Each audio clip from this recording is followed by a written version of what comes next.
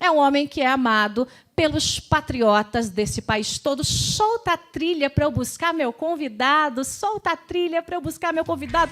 Vamos lá. General Mourão. Vem cá pela mão, vem cá pela mão, vem cá pela mão, vem cá pela mão. Ó, esse também é sério. Eu danço, ele não. General Mourão, que prazer. Mais um beijo, obrigada. Esse homem aqui, por favor, sente-se. Este homem aqui amado pelos patriotas de plantão, que somos todos nós. É. E vamos lá, general, sem mais delongas. O Brasil tem jeito? Uau. Opa, para cima. Sempre, para cima, avante. Sempre. Eu digo em todos os lugares que o Brasil ele é muito maior do que tudo isso que a gente tem vivido. Porque nós, brasileiros, nós temos uma descendência longa, nós somos o amálgama de raças, apesar de terem tentado trazer para dentro do nosso país conflitos que não nos pertencem. Nós nascemos de 3 grupos que aqui se estabeleceram, esses grupos se fundiram, aqui estou eu. Vão dizer o quê? Que eu sou caucasiano? Não. Pode botar um cocar aqui em mim que eu estarei tranquilamente lá em São Gabriel da Cachoeira, em alguma comunidade. E basta olhar a expressão de todos que aqui estão e ver o que é a raça brasileira. Então, nós temos jeito, Joyce, com certeza. Mas tem que refundar esse país. Temos que refundar o país. De que jeito? Paulo Guedes colocou aqui, depois, a gente falar depois do Paulo Guedes é muito difícil, né? Ministrou uma aula sobre os mais diversos assuntos. Você sabe que o Paulo, cometendo uma inconfidência, ele falou assim, ai, Joyce, eu sou tão bom em negócio de dar palestra, eu dou palestra, aí as pessoas me aplaudem, porque eu pego e vou numa linha de raciocínio, mas essa coisa de entrevista eu não sei, não. Falei, relaxa que eu vou deixar você palestrar. Eu faço só umas interferências aqui ou acolá, e ele deu uma bela palestra sobre economia. Não resta dúvida, e ele tocou em todos os aspectos principais quando você olha a questão econômica. Mas eu tenho me batido muito pela questão da educação. O nosso sistema educacional, em algum momento, ele se perdeu. E a educação é que vai colocar os valores peculiares à nossa gente e que vai transformar as gerações mais novas naquilo que todos nós sonhamos.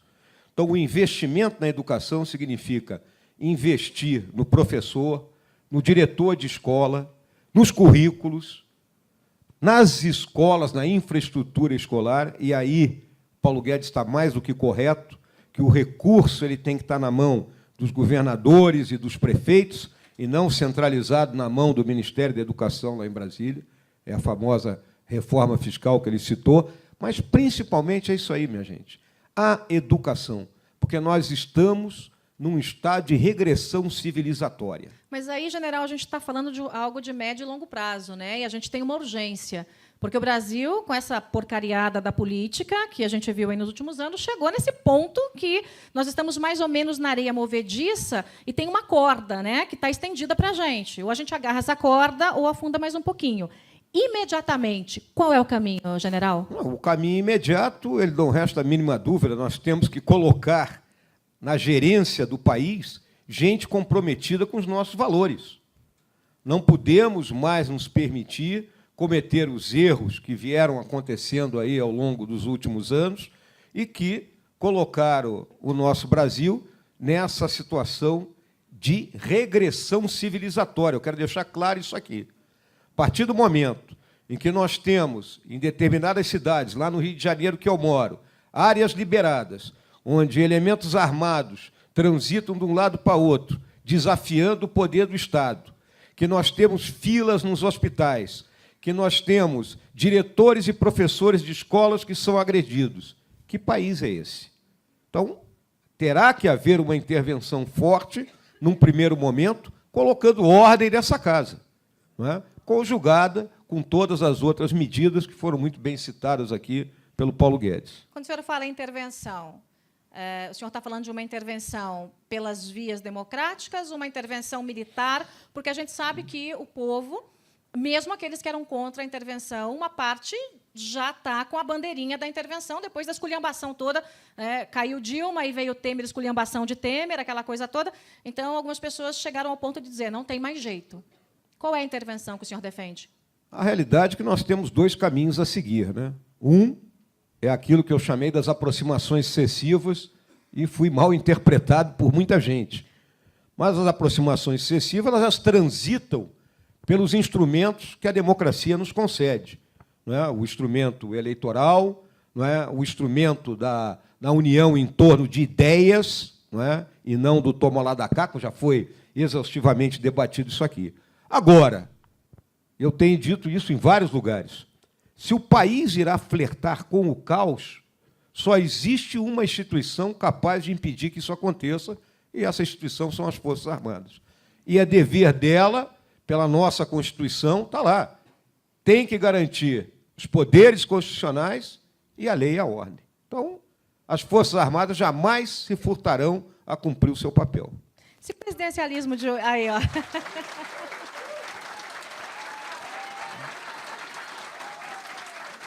Você sabe, gente, que eu fui... Quando teve a intervenção federal no Rio de Janeiro, general, eu fiz um editorial, à época eu estava... Né, o que hoje é a concorrência, eu estava na concorrência, e aí eu disse o seguinte, olha, legal, intervenção federal, mas só isso não vai dar conta nunca. O Rio de Janeiro tem que ter uma intervenção total, absoluta, incluindo os poderes, que são comprovadamente corruptos. Boa parte passou um tempinho na cadeia, né? Vai e volta para a cadeia, a outra parte ainda passará. Deixa perder o foro para ver. Então, aquela intervenção no Rio, ela foi um avanço, mas poderia ter sido muito mais efetiva e muito mais dura. E recebi algumas críticas por isso, por dizer que o Rio de Janeiro deveria ter uma intervenção absoluta. O senhor concorda ou não? Concordo. Eu tenho dito que a intervenção tem sido meia sola. É. E ela tem que ficar muito claro uma coisa. O presidente da República decretou a intervenção na segurança pública do Estado do Rio de Janeiro e ele poderia ter designado como interventor qualquer pessoa. Uhum. Designou o general Braga Neto, que é também comandante militar do Leste. Então, o general Braga Neto podia ter tirado o chapéu de comandante militar do Leste e ficado só com o chapéu de interventor. Por razões estratégicas, né, ficou decidido que ele manteria as duas funções para poder controlar a parte militar da operação, digamos assim. Mas, no momento que ele não consegue agir nos outros fatores que levam ao desequilíbrio da situação de segurança do Rio, ou seja, a questão da saúde, a questão da educação, a infraestrutura. Enquanto não se mudar a infraestrutura das comunidades do Rio de Janeiro, enquanto não tiver rua com casa, número, endereço, né, enquanto aquela população não tiver esgoto, luz elétrica, né, não tiver que pagar o gato dete para o traficante, não tiver que pagar o gás para o cara da milícia, ou seja, enquanto o Estado não entrar lá dentro, não vai resolver isso aí nunca. Pode matar 100, 200, 300, vão nascer outros 200, 300. Essa é a realidade. Esse nosso presidencialismo aí já era, general? Muito claramente, o nosso modelo, não é, se esgotou. Esse modelo se esgotou. O modelo que advia aí da Constituição de 88, uma Constituição que eu critico muito, porque ela é recheada de direitos, pouquíssimos deveres, regula tudo. Eu sempre lembro a frase do falecido Roberto Campos, que a Constituição diz que todo brasileiro tem direito à vida, e o Roberto Campos dizia que, quando falecesse, a família entraria na justiça, né, cobrando do Estado que ele tinha morrido, né, já que todo mundo tem direito à vida. Regula o horário de trabalho do bancário. Né? Imagina a Constituição que regula o horário de trabalho do bancário. De lá para cá, já tivemos mais de 100 emendas constitucionais, com mais de 100 leis complementares, com não sei quantas mil medidas provisórias e outras legislações, que chegam a um total de 6 milhões de páginas de legislação. É o paraíso dos advogados. É o paraíso. Ainda bem, eu tenho uma filha advogada, viu, Joyce? Então, é o paraíso deles. Está num mercado muito tá? bom, né? Se eu divertem meu nisso aí. Adib, Então, cadê o Adib aqui? Cadê o Adib? Levanta a mão aí, Adib. O Adib está escondido. Está escondido. Aí, tá Adib, escondido. é o paraíso Lá, dos advogados. Aí, paraíso deles. Não, a gente vai mudar essa Constituição, né, Adib? A gente tem essa ideia de mudar. Essa é a pior Constituição de todos os tempos, gente. Aliás, o general, se a gente tivesse os 10 mandamentos no lugar da Constituição, já estava bom, né? Ou então aquela velha Constituição, aquele velho... Barão de Itararé, né? Todo brasileiro tem que ter vergonha na cara. Acabou, morre aí, pô. Acabou, gente. Melhor Constituição. Morre aí. Todo brasileiro tem que ter vergonha na cara. Não precisa mais nada além disso. Artigo 2º, revogam-se todos os outros artigos. Acabou. Excelente. Agora, a nossa Constituição tem que ser refeita, rasgada? Não há dúvida. O modelo que a Constituição trouxe, ele se esgotou. Não se pode mais conviver com uma legislação anacrônica dessa aí. E, na minha visão, a Constituição ela tem que ser algo enxuto, não é? Que perdure no tempo e que traduza os valores da nação, os nossos valores, o nosso projeto. E a legislação ordinária é que irá mudar de acordo com os costumes, porque os costumes mudam. Isso é uma realidade que a gente não pode se furtar. Nós estamos vivendo aí, ao longo dos últimos 500 anos, essa revolução científica que mudou completamente a face do mundo. Eu, quando conversava, estava ainda no serviço ativo, conversava com meus oficiais e praças mais jovens, eu dizia que há 42 anos atrás, quando eu era tenente, lá em Cruz Alta, no interior do Rio Grande do Sul, não havia celular, rede nacional de televisão, descagem direto da distância. Aí eles me olhando com o olho arregalado. E como é que se vivia? Se vivia muito bem, sem problema nenhum. Mas é a revolução científica. Ela mudou o mundo. E nós temos que mudar com ele. Ô, general, me mata uma curiosidade aqui. O senhor é carioca? Não, eu sou gaúcho. Gaúcho? Gaúcho. E esses... Nasci no Rio Grande... Vamos colocar aqui a minha árvore genealógica. Meu pai era militar. Então, eu nasci no Rio Grande do Sul, minha mãe gaúcha, e depois morei bastante tempo no Rio de Janeiro. Então é daí que vem os... É daí que vem os assobios. Não, porque Mas... a minha curiosidade é o seguinte, né? O general é o cargo mais alto, né, do Exército Brasileiro.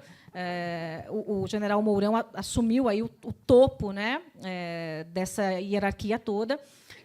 Inclusive, foi colocado na reserva depois que andou dando um puxão de orelha. Eu não gosto de estar cachorro morto, tá, gente? Mas eu só vou dizer, puxão de orelha no Temer. Temer, cachorro morto, Temer. Aí, na época em que o Temer estava se achando, o general foi lá e deu uns tapinhas na orelha dele, fez uma crítica, e o Temer fez beicinho. E falou, não, esse general aqui não quero não, porque ele fala a verdade, é melhor deixar ele bem escondidinho aí, porque ele é muito corajoso, né? E, de lá para cá, o senhor ganhou um espaço gigantesco. Não é? Gigantesco. Antes de eu fazer a pergunta sobre o Rio de Janeiro, como é que o senhor está avaliando agora o governo do cachorro morto, do Michel Temer? Eu já me referi algumas vezes ao trabalho aí do presidente Michel Temer. Ele tinha boas ideias. Ficaram no mundo das ideias, né? Só que os executores estavam atolados, né, até o pescoço na lama. Então, não conseguiu sobreviver a isso. As ideias, né? Então, nós tivemos essa questão aí da emenda do teto de gastos, né? E que se seguiu a lei de responsabilidade fiscal, e que tudo isso é uma coisa impressionante, porque aí eu vou entrar no terreno do Paulo Guedes, né? Porque é preciso ter uma lei para dizer que eu não posso gastar mais do que ganho, porque essa é a realidade do Brasil. Cada um de nós gere as finanças da sua casa sabendo qual é o seu limite, sabendo que, se gastar muito, vai entrar no cheque especial, depois vai estourar o cartão de crédito, depois vai para o agiota. O Brasil está no agiota, né? A gente paga 400 milhões aí de juros por ano, nós estamos no agiota, pagando uma fortuna. Então, o Temer, né, e esse grupo dele, eles tinham a ideia de tentar reverter isso, mas, infelizmente, estavam metidos até o pescoço na corrupção, na incompetência. O senhor tem alguma mágoa dele ter afastado o senhor, colocado na reserva? Em absoluto. Ele não me colocou para a reserva. Eu passei para a reserva por iniciativa minha, porque eu podia ficar no Exército até o dia 31 de março desse ano. Fui embora um mês antes, até para o meu comandante, general Vilas Boas, um homem a quem eu prezo, admiro e respeito muito, não tivesse mais dissabores. E, quando a gente vive, como eu vivi intensamente a minha vida militar, andando por esse Brasil, de norte a sul, de leste a oeste, convivendo com a nossa tropa. E aí é importante que todos entendam, a nossa tropa é o cerne do homem brasileiro. Quem serve ao Exército, na sua imensa maioria, é o jovem pobre da periferia, cuja única saída, muitas vezes, que ele vê é estar dentro do Exército. E, quando a gente vê isso, a gente entende a nossa responsabilidade. Então, eu não posso chegar a general de Exército, com todo o conhecimento acumulado, e ficar trocando 6 por meia dúzia. É isso aí. Eu considero meu dever, porque aí tem aquela trilogia de honra, dever e pátria, que a gente não pode abandonar nunca. Então é meu dever lutar pelas melhorias e por tudo aquilo que o nosso Brasil merece ser.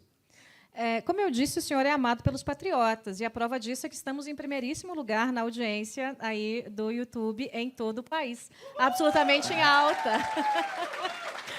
Então, muito obrigada pela audiência, pelo carinho de vocês. General Mourão, né, que, como eu disse aí, encanta, né, os brasileiros, é um homem que se apresenta como o homem que é, um homem firme, de caráter, um homem reto, né? O Brasil, general, como um todo, eu acho que está precisando assim, de um pouquinho mais de ordem dentro de casa, disciplina. O senhor tomou umas palmadas quando era criança? Muitas, muitas. Então, aí, ó, tá vendo? Eu apanhei, gente, com a havaiana de tudo que é cor, tá? Então, cada vez que eu aprontava, minha mãe ia lá e a havaiana em mim. Viu, mãe? Eu não esqueci, não. Não esqueci, viu, dona Tereza? A senhora não me escapa. Mas estou aqui e cada vez que eu levei uma havaianada, né, foi porque eu mereci. Não, às vezes não, né? Tá, mãe? Às vezes não. Mas, em geral, foi porque eu mereci. E isso, essa retidão, né, que você aprende dentro de casa, sabe aquela coisa de, minha filha, essa borracha não é sua, é da coleguinha, devolve. Se a Dilma tivesse aprendido isso, gente, o Brasil era outro. Minha filha, a Petrobras não é sua, devolve, não pode pegar a Petrobras. Veja que conceito simples que a gente aprende dentro de casa, né? E que a Dilma e o Lula passaram desse conceito. O Temer também, ninguém aprendeu isso, gente. Né? Então, o senhor teve uma educação rígida. Me conta um pouquinho dessa educação. Essa educação ajudou na formação do caráter deste homem, hoje general Mourão? Não resta dúvida, Joyce. Existe uma frase aí antiga que diz que educar é saber dizer não. Então, os pais, educadores, né, dessa célula principal de qualquer sociedade, que é a família, eles têm essa responsabilidade. E meus pais, eles já casaram tarde, né? Para a época, né, quando eu nasci, o meu pai tinha 40 anos de idade. Tanto que os meus amigos eram filhos de gente mais nova. Então, meu pai militar, a minha mãe professora, aquele casamento típico aí dos anos 50, dos anos dourados, né? E que me deram o tempo todo o incentivo para buscar o conhecimento, principalmente a minha mãe, uma leitora voraz, uma estudiosa compulsiva, né? E o meu pai era ao lado da disciplina, né? Extremamente disciplinado, e foi dessa maneira que nós fomos criados, eu e o meu irmão, que infelizmente já faleceu, né? E dessa forma eu procurei criar meus 2 filhos, que graças a Deus são pessoas muito bem-sucedidas, e eu tenho 5 netos, todos homens, né? E a quem eu luto muito para que eles tenham um Brasil muito melhor. O Estado se mete até na criação dos nossos filhos, né? O Estado diz que não pode nem dar uma palmadinha, né? Não pode corrigir seu filho, porque isso é um problema, gera problemas psicológicos. Por que eu fiz essa pergunta para o general? Porque essas pessoas que entraram nessa onda, né, de um politicamente correto, que, na verdade, é uma grande mentira, e que entrou dentro das nossas casas, agora querem ordem, pedindo para o próprio Exército intervir no nosso Brasil. A gente não teve, muitas vezes, ordem e educação dentro de casa, disciplina dentro de casa. E a gente está num ponto no nosso Brasil em que essa falta de disciplina de dentro de casa foi para a rua, foi para a política. Essa molecada que não teve disciplina, que viraram as raposas da velha política, roubando o nosso Brasil. Essa gente que lá atrás teve, né, a mãozinha na cabeça da mamãe, do papai o tempo todo, ou coisa parecida com isso, que chega lá e acha que não tem lei, que não tem limite, que pode fazer tudo. E aí, a quem eles querem recorrer agora, eu digo o povo como um todo, ao Exército Brasileiro. Então, está faltando disciplina dentro de casa, para que a gente tenha disciplina fora de casa, nas ruas do Brasil e na política, não, general? Não resta dúvida, Joyce, mas é que acontece, né? A sociedade hoje é muito complexa, não é? A família, da forma como nós vivemos há 40, 50 anos atrás, era uma coisa. Hoje existem demandas muito grandes em cima da família. O consumo, a sociedade de consumo, ela exige hoje que o pai e a mãe trabalhem fora. Então, muitas vezes, a educação dos filhos fica relegada ali a uma avó ou uma tia, quando tem. Na maioria das vezes, uma empregada também se tem, não é? Então, a complexidade da sociedade a gente tem que levar em conta hoje. Mas não tem a mínima dúvida mesmo, que se não houver disciplina, se não houver ordem, isso é aquele conjunto de valores, aquele conjunto de mitos que mantém uma sociedade unida. Se não houver isso, é o caos. E a gente não pode permitir que o caos se assenhore de tudo por aqui. O senhor morou quanto tempo no Rio, general? Há quanto tempo o senhor está por lá? Agora, eu cheguei no Rio de Janeiro no início de março. Né? Não, mas no total, quantos anos foram? No total, morei no Rio ali de 1961 até 67. Depois, aí eu estava na Academia Militar, 72 a 76. Depois voltei em 85, fiquei até 91. Né? Então, assim foi. E pegou aquelas manhas de carioca, pegar uma praia, um surf, um futevôlei, assim. Vamos dizer meus o amigos seguinte, cariocas, estou zoando meus amigos cariocas. Mas o general, assim, todo durão, pegou as manhas do carioca. Joyce, presta atenção, eu sempre fui um atleta esforçado. Né? Então, o surf nunca fez parte assim da minha cultura. Tentei algumas vezes descer ladeira de carrinho de rolimã, não fui feliz. Né? Então, na realidade, o futebol também era uma dificuldade. Né? É uma questão de família. A família ela não faz muito sistema com a bola. Hoje eu me divirto jogando minha dupla de vôlei na praia. Pronto, já, tá bom. Mas naquele estilo rataria, né? Vale tudo. Só não vale xingar mãe e mão na rede. Pronto. Tá? O resto tudo vale. Agora vamos aqui ao assunto que eu sei que a maioria de vocês está esperando. Joyce, pergunta logo. Vai, pergunta da filiação. Vai, pergunta. Eu estou aqui falando de futebol. Né. Vamos lá. O senhor se filiou recentemente ao PRTB, o partido do Levi Fidelix. Nós sabemos que o senhor tem uma relação de amizade com o Jair Bolsonaro, né? Mas o senhor se filiou a um outro partido. Né? E aí a primeira coisa que todo mundo, nos bastidores, mas será que ele vai ser candidato? Será que ele vai sair candidato para a presidência da República, eventualmente, concorrer com o próprio Jair? Como é que vai ser isso? O senhor se filiou por quê? E por que o PRTB? Qual é o plano do general Mourão por trás dessa filiação? Bom, eu, desde o começo, eu deixei claro que não seria candidato, não é? E não sou candidato, porque considero que a candidatura do Jair Bolsonaro, já estabelecida no terreno, usando uma linguagem militar desde 2015, é o nome mais apropriado para o momento que o nosso país vive. Não tenho a mínima dúvida disso aí. Mas a gente tem que ter sempre uma segunda linha de ação. A gente sabe que o Jair responde a alguns processos, né, que, eventualmente, podem levar a algum problema na candidatura dele. Então, nós estamos no banco de reserva. Nada mais do que isso. Sentadinho ali no banco de reserva, aguardando os acontecimentos. Mas eu tenho certeza, né? Eu sou um cara que penso sempre positivo, que esses processos não vão vingar e que, abertas as urnas desse período, outubro, novembro, o novo presidente do Brasil se chamará Jair Bolsonaro e nós vamos mudar o país. Trocando em miúdo, se puxarem o tapete do Jair, o senhor pode ser candidato à presidência. É desse jeito. É o regra 3. Aqui é tudo claro, tá, gente? Não tem ficar, não, né, meias palavras. A gente dá o nome, as coisas, conforme o nome que elas têm. Vou te dizer uma linguagem de paraquedista. Aqui não se sapateia na porta do avião, pô. E, assim, só vale, nesse caso, general, só caso puxem o tapete do Jair lá no Supremo, coisa assim, não há possibilidade de o senhor ser candidato a outro cargo, ou, eventualmente, até vice? Bom, hoje eu sei que o Bolsonaro está procurando alguém do meio político, ele precisa composição, como vocês conversaram aqui há pouco, e ele tem a liberdade para fazer isso aí. Né? Eventualmente, se ele me convidar em algum momento, né, a gente pode se integrar mais ainda à campanha dele. Mas a minha visão é clara. A partir do mês que vem, eu assumo a presidência do Clube Militar lá no Rio de Janeiro, que é o meu espaço para apoiar todo esse trabalho que vem pela frente. Os nossos candidatos militares, hoje nós temos mais de 70 candidatos oriundos do meio militar. Presente aqui deve estar o meu amigo general Peternelli, né, que é um dos nossos candidatos, está lá. Muito obrigada. Tá?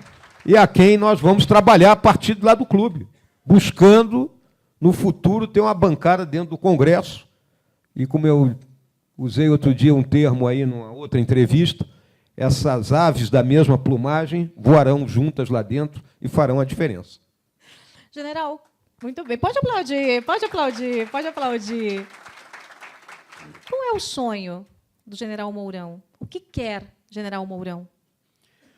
Bom, nessa quadra da vida em que me encontro, né, usando aqui um termo meio parnasiano, o que eu quero é que o nosso país ele siga avante. Depois da gente ter vivido todas essas transições que nós tivemos, ter compreendido a realidade do nosso passado, a nossa história, os valores onde nós fomos construídos, a gente fica muito triste ao ver o ponto que nós chegamos, dominados pela corrupção, dominados por grupos políticos que não têm interesse em servir ao país, mas única e exclusivamente em se servir do país.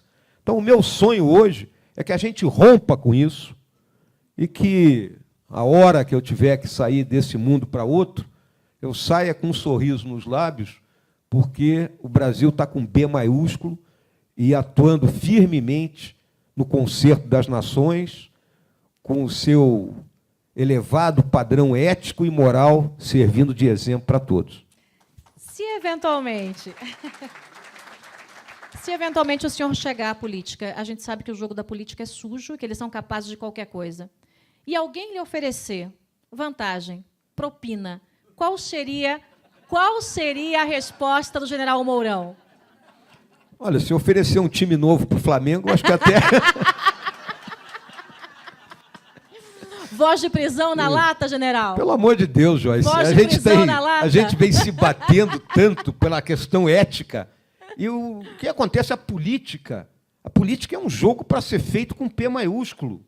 É um jogo onde a gente vai debater ideias, onde nós vamos mostrar a forma de pensar. E a gente discute muito essa questão direita e esquerda. Eu sou contra isso. Isso é um conceito do século XIX.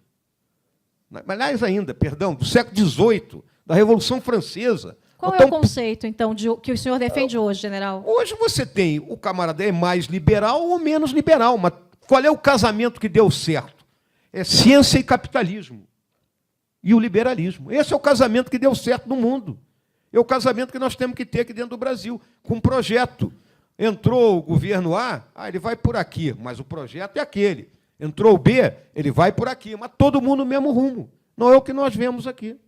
Então, a hora que a gente vencer essas amarras, poxa, nós somos imbatíveis. Nós somos Brasil. Vou treinar meus meninos aqui, meus pré-candidatos, para dar voz de prisão, viu? Para quando vier porque qualquer cidadão pode, viu? Dar voz de prisão, tá bom, gente? Não precisa ser polícia, qualquer cidadão pode dar voz de prisão em caso de crime. Então, vou treinar meus meninos aqui nos meus cursos de imersão para dar voz de prisão quando algum malandro chegar nesse nível, viu, general? Mas eu acho que esse nível ele vai cair totalmente, Joyce. Nós vamos nos livrar disso aí para sempre. O senhor falou do seu sonho, né? O que o senhor quer, né? Como é que o senhor se define? Quem é general Mourão? General Mourão é um guri nascido em Porto Alegre. Um guri? Um guri. Mas bate, comedor de churrasco? Um guri, nascido em Porto Alegre, que desde cedo quis ser soldado do Exército Brasileiro, quis ser da arma de artilharia e quis ser paraquedista. Essa foi a vida do general Mourão. Totalmente dedicada ao meu exército. Vivi assim, constituí família, criei essa família, tenho muitos amigos, sou uma pessoa alegre, sempre fui, gosto de esporte, gosto de dançar, Joyce. Ai, por que não dançou aqui comigo? Vai dançar depois um pouquinho, tá, gente? Gosto de dançar, fica tranquila que eu gosto de dançar. Pé de valsa. Não chega a tanto, não chega a tanto.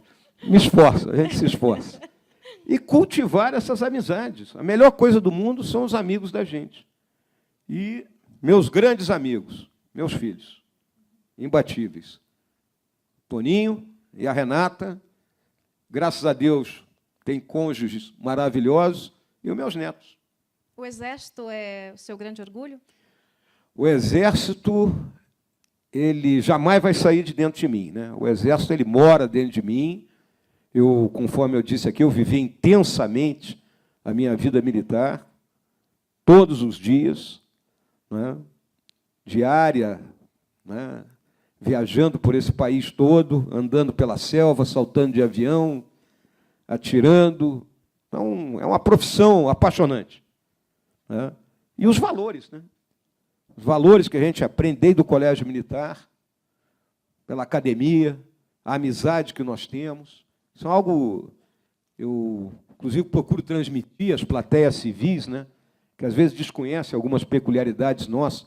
Nós somos um grupo que a gente se conhece, porque todo mundo frequentou a mesma universidade, fez o mesmo curso de mestrado, o mesmo curso de doutorado. Então, ninguém pode esconder nada de ninguém no nosso grupo. Então, essa é uma característica muito forte nossa e que a gente leva até o fim da vida. Muito bem, minha gente. Ó, eu não mostrei para vocês, tá? Tem canequinha do JHN Channel aqui, olha que bonitinha. Os meus convidados aqui levarão a canequinha, viu, general? Obrigado, Joyce. Minha gente, não dá mais tempo, né? Não temos mais o último bloco. General Mourão, muito obrigada. O senhor é um grande homem. Muito obrigado e te cumprimento pela coragem moral, hein? Obrigada. Parabéns, hein? Aplaudido de pé, aplaudido de pé. Solta a trilha aí, solta a trilha, quero ver o General Mourão dança um pouquinho, você só conversa fiada. Solta a trilha aí, vamos ver se o General Mourão dança um pouquinho, você conversa fiada. Cadê a trilha? Cadê a sonoplasta? O senhor falou que ia prender ele, né? Ah!